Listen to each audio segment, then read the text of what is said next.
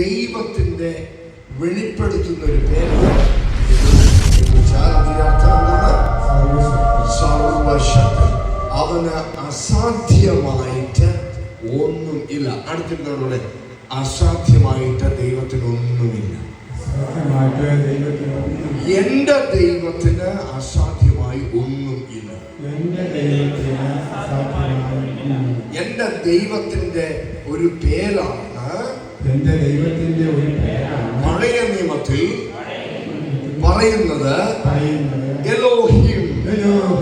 Elohim സർവശക്തൻ. Hallelujah. രണ്ടാമത്തെ ഒരു പേര് അവന്റെ യാവേ എന്നാണ്. അതിനെ കുറിച്ച് മുമ്പേ പറഞ്ഞത് യാവേ. യാവേ യാവേ എല്ലാവരും പറഞ്ഞ യാവേ. യാവേ ഞാനാകുന്നു ഞാൻ. ആരാ പറഞ്ഞത്? മോശ ചോദിച്ചു, നിന്റെ പേരെന്താണെന്ന്. ഞാൻ തന്നെയാകുന്നു ഞാൻ. ഹല്ലേലൂയ പറഞ്ഞു. ദൈവം പറഞ്ഞു, ഞാൻ തന്നെ. I am that I am. I am that I am എന്ന് പറഞ്ഞാല് യാവേ. അതായത് എനിക്ക് മുൻപും ആരുമില്ല, എനിക്ക് പിൻപും ആരുമില്ല, എൻ്റെ ഇടത്തുവയ്ക്കും ആരുമില്ല, വലതേക്കും ആരുമില്ല. എന്ന് വെച്ചാൽ സർവശക്തനായ ദൈവം എനിക്ക് മുൻപിൽ ആരും ഉണ്ടായിരുന്നില്ല, എനിക്ക് പിന്നിലും ആരും ഉണ്ടാവുന്നില്ല. എല്ലാം ഉൾക്കൊള്ളുന്ന ഏകനായ സർവശക്തനായ ദൈവം. Hallelujah. Hallelujah. Praise the Lord. Price the Lord. ഉറക്കം വരുന്നവർ എത്ര പേരുണ്ട്? ഒരു പാട്ട് പാടി നിങ്ങൾക്ക് സൂചിച്ചു. കമോൺ. യാവേ, എൽ ഷഡായി, അഡോനായി, ജൈറ, അതിനെല്ലാം ഹീബ്രു നാമങ്ങളാണ്. ഈ നാമങ്ങൾക്കെല്ലാം ഒരു അർത്ഥങ്ങളുണ്ട്, ഓരോ അർത്ഥങ്ങളുണ്ട്. പക്ഷേ നാം പുതിയ നിയമത്തിലേക്ക് കടന്നപ്പോൾ ഈ നാമങ്ങളെ എല്ലാം സംഗ്രഹിച്ച് ഒരൊറ്റ നാമമായി മാറി. ആ നാമമാണ് സകല നാമത്തിനേക്കാളും മേലായ നാമം, യേശു ക്രിസ്തു. ഒന്ന് ഉറക്കെ പറഞ്ഞേ. കേട്ടില്ല? ഞാൻ കേട്ടില്ല. താഴെ ഇരിക്കുന്നവരൊന്നും പറയുന്നു പോയില്ല. ടോമി ചേട്ടനൊക്കെ ഉറക്കെ പറഞ്ഞേ. ഒന്ന് ഉറക്കെ പറഞ്ഞേ. യെസ്, ഉറക്കെ എല്ലാവരും ഒന്ന് പറഞ്ഞേ. യെസ്. അപ്പോൾ ഈ പഴയ നിയമത്തിലുള്ള എലോഹിം, യാവേ, എൽ ഷഡായി. എൽ ഷഡായി കേട്ടിട്ടില്ലേ? നിങ്ങൾ കേട്ടിട്ടുണ്ട്. പക്ഷെ അതിന്റെ അർത്ഥം അറിയത്തില്ല. എല്ലാം തികഞ്ഞവൻ, അവനിൽ ഒന്നും കുറവില്ല. Everything is sufficient. Almighty supply, അതായത് എല്ലാം നൽകുന്നവൻ. അതാണ് അതിന്റെ അർത്ഥം. ഓക്കെ, ഞാൻ എക്സ്പ്ലെയിൻ ചെയ്യുന്നില്ല, പിന്നീട് നമുക്ക് എക്സ്പ്ലെയിൻ ചെയ്യും. നമ്മുടെ ഡീപ്പർ ക്ലാസ്സിലേക്ക് വരുന്നതായി ജഹോവ ജൈറ, പിന്നെ റാഫ, നിസി, ഷാലോം. കേട്ടിട്ടില്ലേ? ഷാലോം സമാധാനത്തിന്റെ ദൈവം. റാഫ, ദൈവത്തിന്റെ നാമം കേട്ടിട്ടുണ്ടോ? റാഫ കേട്ടിട്ടുണ്ടോ? റാഫ എന്ന പേര് കേട്ടിട്ടുണ്ടോ? സൗഖ്യദായകൻ. ഹല്ലേലൂയ. സിഖേനു, നമ്മുടെ നീതീകരണം. ഷമ്മ, അവന്റെ സാന്നിധ്യം, അവൻ എല്ലായിടത്തും ഉണ്ട്. The Most High God, El Elohim, El Roi, അങ്ങനെ ഒരുപാട് പേരുകളുണ്ട്. എൽ ഒലാ, ഖ്വാന എന്ന് പറഞ്ഞ ഓക്കെ, യേശു ക്രിസ്തു. ആ യേശു എന്നുള്ള പദത്തിന്റെ അർത്ഥം എന്താണ്? രക്ഷകൻ. ഹല്ലേലൂയ. എന്താണ്? രക്ഷകൻ. ആ രക്ഷകനിലെല്ലാം ഉൾപ്പെട്ടു അല്ലേ? മനസ്സിലായി? എവറിത്തിങ് ആ രക്ഷകനിൽ ഉൾപ്പെട്ടു. ക്രൈസ്റ്റ് എന്ന് പറഞ്ഞാൽ യേശു ക്രിസ്തു. ക്രിസ്തു എന്ന് പറഞ്ഞാൽ മിശിഹ. ഈശോ എന്ന് പറഞ്ഞാലാണ് രക്ഷകൻ. ഈശോ മിശിഹ അല്ലെങ്കിൽ ക്രൈസ്റ്റ് എന്ന് പറഞ്ഞാൽ, ക്രിസ്തു എന്ന് പറഞ്ഞ അർത്ഥം എന്താണ്? ഇവിടെയാണ് വ്യത്യാസം.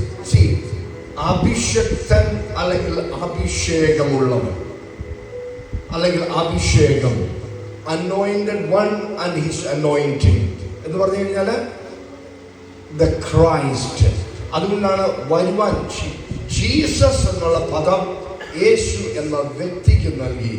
ക്രൈസ്റ്റ് എന്നുള്ള പദം അവൻ ചെയ്യുന്ന പ്രവർത്തനത്തിന് നൽകി. ഹല്ലേലൂയ. ഇതാണ് വ്യത്യാസം. മനസ്സിലായോ? മിശിഹ എന്താണ് ചെയ്യാൻ പോകുന്നത്? നിങ്ങളെ രക്ഷിക്കാൻ പോകുന്നു. നിങ്ങളെ എങ്ങനെ ചെയ്യുന്നു? നിങ്ങളെ സംരക്ഷിക്കാൻ പോകുന്നു, നിങ്ങളെ പ്രശ്നങ്ങൾക്ക് പരിഹാരം തരാൻ പോകുന്നു. കാരണം ദൈവം, ലൂക്കോയുടെ സുവിശേഷം 4:18 പറയുന്നതിന്റെ ആത്മാവ് അവന്റെ മേൽ വന്നു. ആരുടെ മേൽ വന്നു? യേശു ക്രിസ്തുവിന്റെ മേൽ വന്നു. ആര് വന്നു? പരിശുദ്ധാത്മാവ്, ദൈവത്തിന്റെ ആത്മാവ് അവന്റെ മേൽ വന്നു. ദൈവത്തിന്റെ ആത്മാവ് അവന്റെ മേൽ വന്നപ്പോൾ അവനെ അഭിഷേകം ചെയ്തു. എന്തിനു വേണ്ടിയാണ് അവനെ അഭിഷേകം ചെയ്തത്? അവനെ അഭിഷേകം ചെയ്ത് എന്തിനു വേണ്ടിയാണ്? രോഗികളെ സൗഖ്യമാക്കുവാൻ, മുടന്തിനെ നടത്തുവാൻ, കുരുടനെ കാഴ്ച കൊടുക്കുവാൻ, ചെകിടനെ കേൾപ്പിക്കുവാൻ, മരിച്ചവനെ ഉയർപ്പിക്കുവാൻ, ബന്ദികളെ മോചിപ്പിക്കുവാൻ. മനസ്സിലായോ? അപ്പോൾ ഇതിനു വേണ്ടിയാണ് ആര് വന്നത്? യേശു ക്രിസ്തു അഭിഷേകം ചെയ്യപ്പെട്ട് ഈ ഭൂമിയിൽ മനുഷ്യന്റെ രൂപം ധരിച്ച് ഇവിടെ കടന്നു വന്നത്. ഹല്ലേലൂയ. ഈ ദിവസങ്ങളിൽ കർത്താവ് നിങ്ങളെ ബോധ്യപ്പെടുത്തും എന്തൊക്കെയാണ് എന്റെ തടസ്സങ്ങളെന്ന്. ആത്മാവിന്റെ അഭിഷേകം ലഭിക്കുവാൻ, ആത്മാവിന്റെ അഗ്നി ലഭിക്കുവാൻ, ആ അഗ്നി നിലനിന്ന് എല്ലാ ദിവസവും കത്തി ജ്വലിക്കുന്നവാൻ തടസ്സമായിരിക്കുന്ന എന്തൊക്കെ പ്രവൃത്തിയാണോ അതെല്ലാം നിങ്ങൾ വിടണം. Hallelujah. Praise the Lord. Praise the Lord. Hallelujah. ദൈവത്തിന് വേണ്ടത് ചോദിക്കുന്നവരെ അല്ല വേണ്ടത്, കൽപ്പിക്കുന്നവരെയാണ് വേണ്ടത്. മനസ്സിലായോ? എപ്പോഴും ചോദിച്ചുകൊണ്ടിരിക്കുന്നവനെ അല്ല. ആരെങ്കിലും ഇഷ്ടപ്പെടുവോ? എന്റെ മുമ്പിൽ ഒരു തവണ എനിക്ക് അത് തരണേ, എനിക്കൊരു 10 രൂപ കടം തരണേ, എനിക്ക് അത് തരണേ എന്ന് പറഞ്ഞു. ഹലോ, കേൾക്കുന്നുണ്ടോ? കേൾക്കുന്നുണ്ടോ? എപ്പോഴും ഞാൻ ദൈവത്തെ ധ്യാനിക്കുന്നു. കിടക്കുമ്പോഴും. അതുകൊണ്ടാണ് ജോഷുവയുടെ പുസ്തകത്തിൽ പറഞ്ഞത്, രാവും പകലും നീ എൻ്റെ കൽപ്പനകളെ അല്ലെങ്കിൽ വചനത്തെ ധ്യാനിക്കണം. രാവും പകലും ധ്യാനിക്കുമ്പോൾ നിന്റെ അധരത്തിൽ നിന്നും ആ വചനങ്ങൾ വിട്ടുപോകുന്നില്ല. എന്ന് വായിച്ചേ, ജോഷുവ 1:8 വായിച്ചേ. ജോഷുവയുടെ പുസ്തകത്തിന്റെ 1:8 വായിച്ചേ. നിയമത്തിലാണെങ്കിൽ ദൈവത്തിന്റെ വചനം നിന്റെ അധരത്തിൽ എപ്പോഴും ഉണ്ടായിരിക്കണം. എന്റെ വായിൽ, എന്റെ അധരത്തിൽ ദൈവത്തിന്റെ വചനം എപ്പോഴും ഉണ്ടാകും. അതിൽ എഴുതിയിരിക്കുന്നതെല്ലാം പാലിക്കാൻ നീ ശ്രദ്ധിക്കണം. പാലിക്കുവാൻ നീ ശ്രദ്ധിക്കണം. അതിനെക്കുറിച്ച് രാവും പകലും അതിനെക്കുറിച്ച് രാവും പകലും ധ്യാനിക്കണം. നീ അതിനെക്കുറിച്ച് ധ്യാനിക്കണം. എന്ന് പറഞ്ഞാൽ ചുമ്മായുള്ള ചിന്തയല്ല ധ്യാനം. നമ്മൾ വെറുതെ ദൈവത്തിനെ മാത്രം കോൺസെൻട്രേറ്റ് ചെയ്ത് ഏകാഗ്രതമായി അവനെ മാത്രം മനസ്സിൽ കണ്ട് നിന്റെ ആത്മാവിലേക്ക് ആ അനുയോജ്യമായ വചനം നീ ആത്മാവിന് കൊടുക്കുന്ന ഭക്ഷണത്തിന്റെ ആ ഭക്ഷണ ശൈലിയാണ് എന്ത്? ധ്യാനം. ദൈവത്തിന്റെ വചനം നിന്റെ ആത്മാവിന് കൊടുക്കുന്ന ഭക്ഷണത്തിന്റെ ശൈലിയാണ്. നീ ഏത് രീതിയിലാണ് നിന്റെ ആത്മാവിന് ദൈവവചനം എന്ന ഭക്ഷണം കൊടുക്കുന്നത്, അതാണ് ധ്യാനം. നിങ്ങൾ ജീവിതം മറന്നു പോകരുത്. ദൈവത്തിന്റെ വചനം മാംസമായി ജീവന്റെ അപ്പം ഞാനാകുന്നു. അപ്പോൾ ദൈവവചനമാണ് ജീവന്റെ അപ്പം. ഹല്ലേലൂയ. ഈ ദൈവവചനമാണ് ജീവന്റെ അപ്പം എന്റെ ഹൃദയത്തിൽ എന്നും വാഴുന്നത്. Hallelujah. Hallelujah. Praise the lord. നമ്മൾ ഭക്ഷണം കഴിച്ചങ്ങ് പോകുന്നു അല്ലേ? നമ്മുടെ ആഹാരങ്ങളൊക്കെ നമ്മൾ നോർമലായിട്ട് ചോറും കറിയും അല്ലെങ്കിൽ രാവിലത്തെ ബ്രേക്ക്ഫാസ്റ്റ് നമ്മൾ കഴിച്ചങ്ങ് പോകുന്നു അല്ലേ? പക്ഷെ ദൈവത്തിന്റെ വചനം കഴിച്ചങ്ങ് പോവത്തില്ല. അത് അവിടെ ഡെപ്പോസിറ്റ്. ഹല്ലേലൂയ. അതാണ് വ്യത്യാസം. നമ്മുടെ ദൈനംദിന ജീവിതത്തില് നമ്മുടെ കൂട്ടു പങ്കാളിയാകാണ്. എല്ലാവരും എഴുതിയിട്ടുണ്ട്. നമ്മൾ ഇരിക്കുമ്പോഴേ രാവിലെയല്ലേ ചെറുതായിട്ടൊക്കെ ഉറക്കം വരും, നല്ല ചൂടുകൊണ്ട്. പരിശുദ്ധാത്മാവിന്റെ 8 നാമങ്ങൾ. യോഹന്നാന്റെ സുവിശേഷം 14-ാമത്തെ അധ്യായം 16-26. 16-26 2 വാക്യങ്ങൾ. ഒരു വാക്യം വായിച്ചതിന് ശേഷം അടുത്ത വാക്യം വായിക്കുക. 14:16 മോനെ, നിങ്ങൾ മരിച്ചാലും മറക്കരുത്. 14:16 യോഹന്നാൻ സുവിശേഷം 14:16 മരിച്ചു കഴിഞ്ഞാൽ പോലും മറക്കരുത്. ആ രീതിയിലാണ്. ഏത് ഉറക്കത്തിൽ ചോദിച്ചാൽ ചാടി എഴുന്നേറ്റ് കാണണം. അറുഹാധ്യാനത്തിന്റെ ഒരു സ്പെസിഫിക് ബൈബിളുടെ സ്ലോഗനാണത്. ഞാൻ പിതാവിനോട് അപേക്ഷിക്കും, നിങ്ങളോട് കൂടി ആയിരിക്കാൻ. തൽക്കാലത്തേക്കാണോ?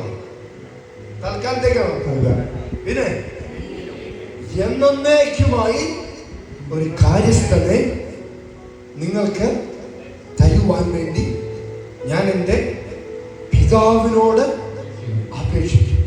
അവിടെ പിതാവും പുത്രനും പരിശുദ്ധാത്മാവുമായി പറയുന്ന ഈ ഒരു വചനമാണ്. ഏക ത്രിത്വത്തിനെ വെളിപ്പെടുത്തുന്ന ഒരു വചനമാണത്.